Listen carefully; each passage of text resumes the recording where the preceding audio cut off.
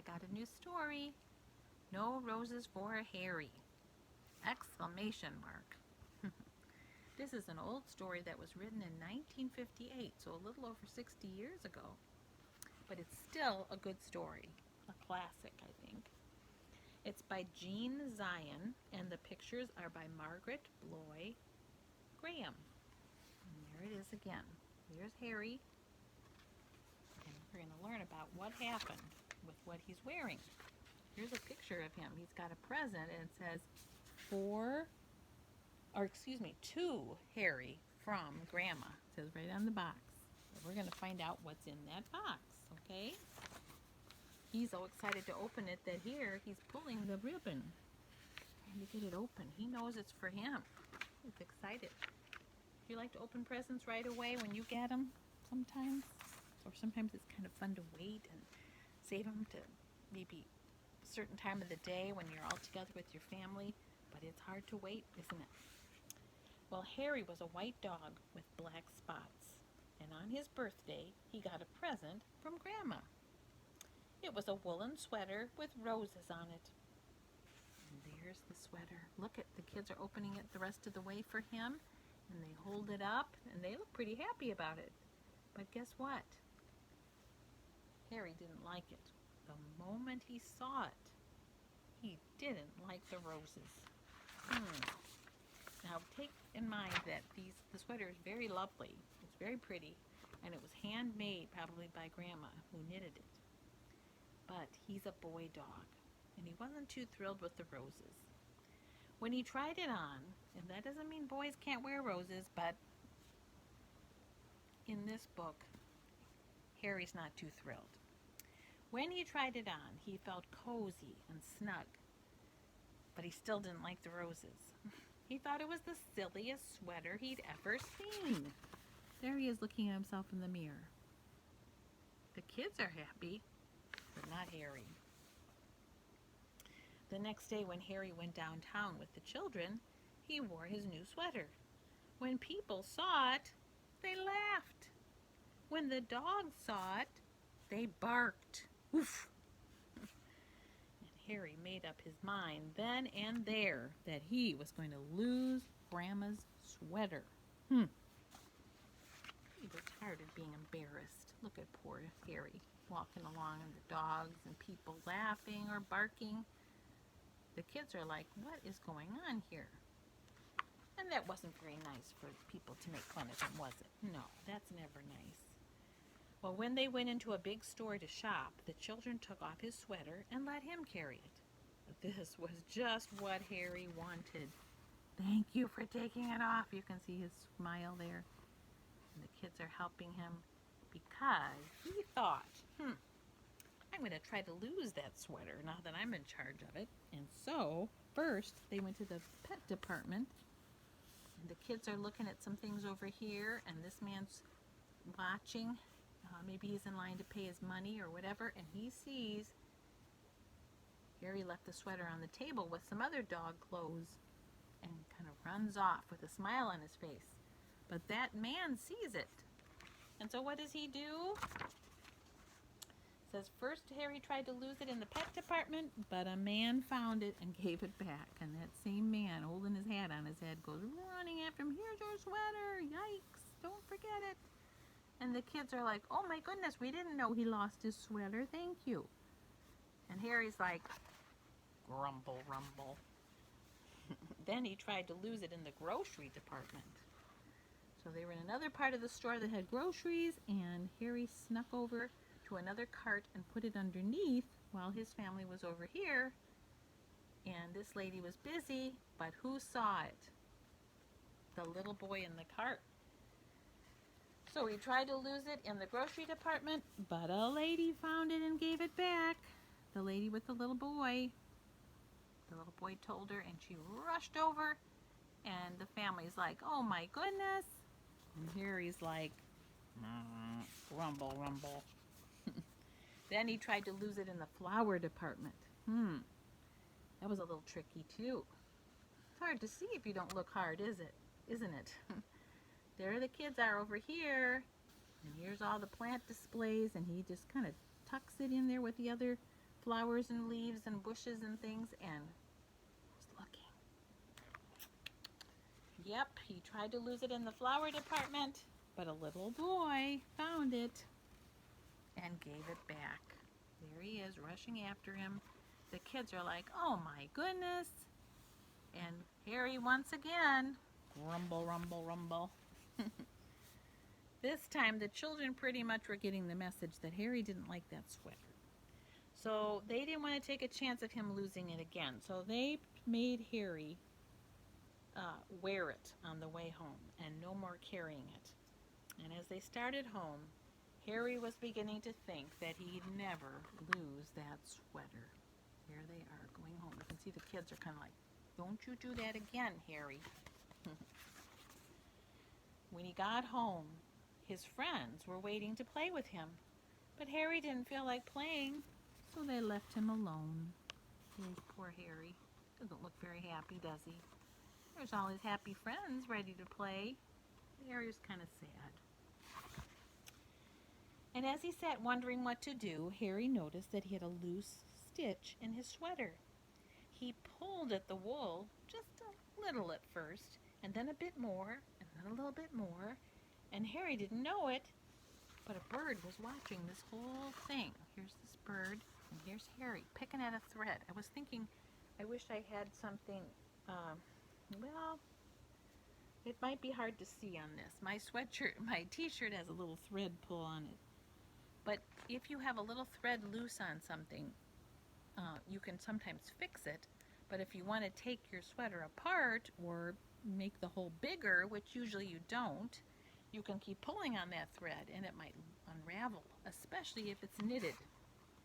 And that's exactly what his was, a knitted wool sweater. And he started pulling and pulling and pulling, and it got looser and looser. He's like, hey, wait a minute. And in a minute, Harry had pulled out quite a long piece of the wool. The end of it lay on the grass behind him. So here is a little coiled piece of yarn, a thread of yarn. And the reason it's all coiled is because it had been knitted tightly into the sweater, but now it's being released from where it had been coiled up in a knitting position in his sweater. And he's thinking, I took this apart. If I took this little bit apart, maybe more would go apart, but I don't know. Well, just then, the bird that had been watching swooped down, suddenly flew down by him. And quick as a flash, she took with her little beak the end of the wool in her beak and flew away with it. And it all happened before Harry could even blink. So here he is just sitting there looking at the thread, the yarn thread, and here the bird goes whoosh, whoosh, and flew up again. And he's like, what? What just happened there? And there goes the bird with Harry kind of, huh? Well, the sweater began to disappear right before Harry's eyes. First one leg, then the neck, then the other leg, then the back. Here's a picture of it coming apart little by little.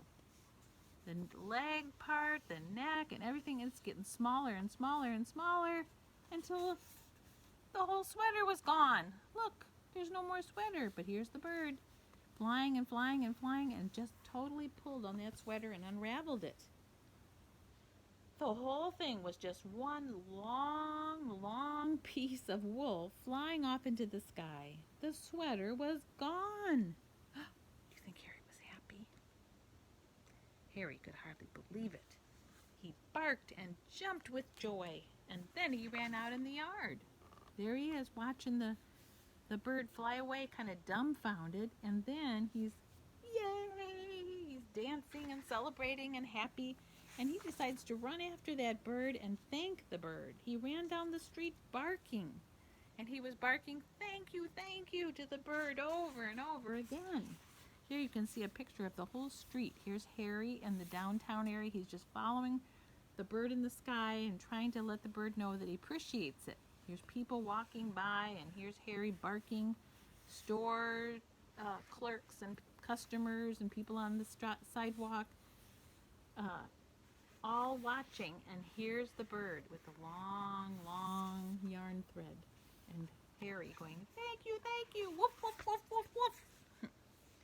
The bird and wool were just a tiny speck in the sky by then, but Harry kept following them. Well, when he came home, he was thirsty and tired and was having a drink in the kitchen in the water bowl when the children ran in. You can see the picture. You know doggies drink out of a little water bowl, and he had come home thirsty, licking it all up when the kids came in all excited. We got a letter from Grandma, one of them said. She's coming to visit us, shouted the other. Harry thought of the sweater, and his tail drooped. Uh-oh, Grandma's coming. She gave me that sweater. I don't have the sweater anymore. Well, before Grandma came, the family looked everywhere for the sweater. They wanted her to see how nice Harry looked in it. But of course, did they find it? No, they couldn't find it, right? Because it was no more. But Harry couldn't tell them that because he's a dog.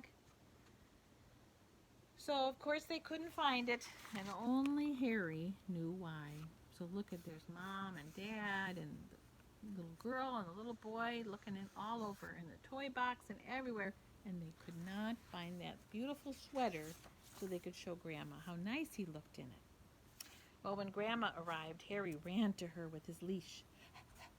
And when he sat up and begged, Grandma said, "All right, Harry.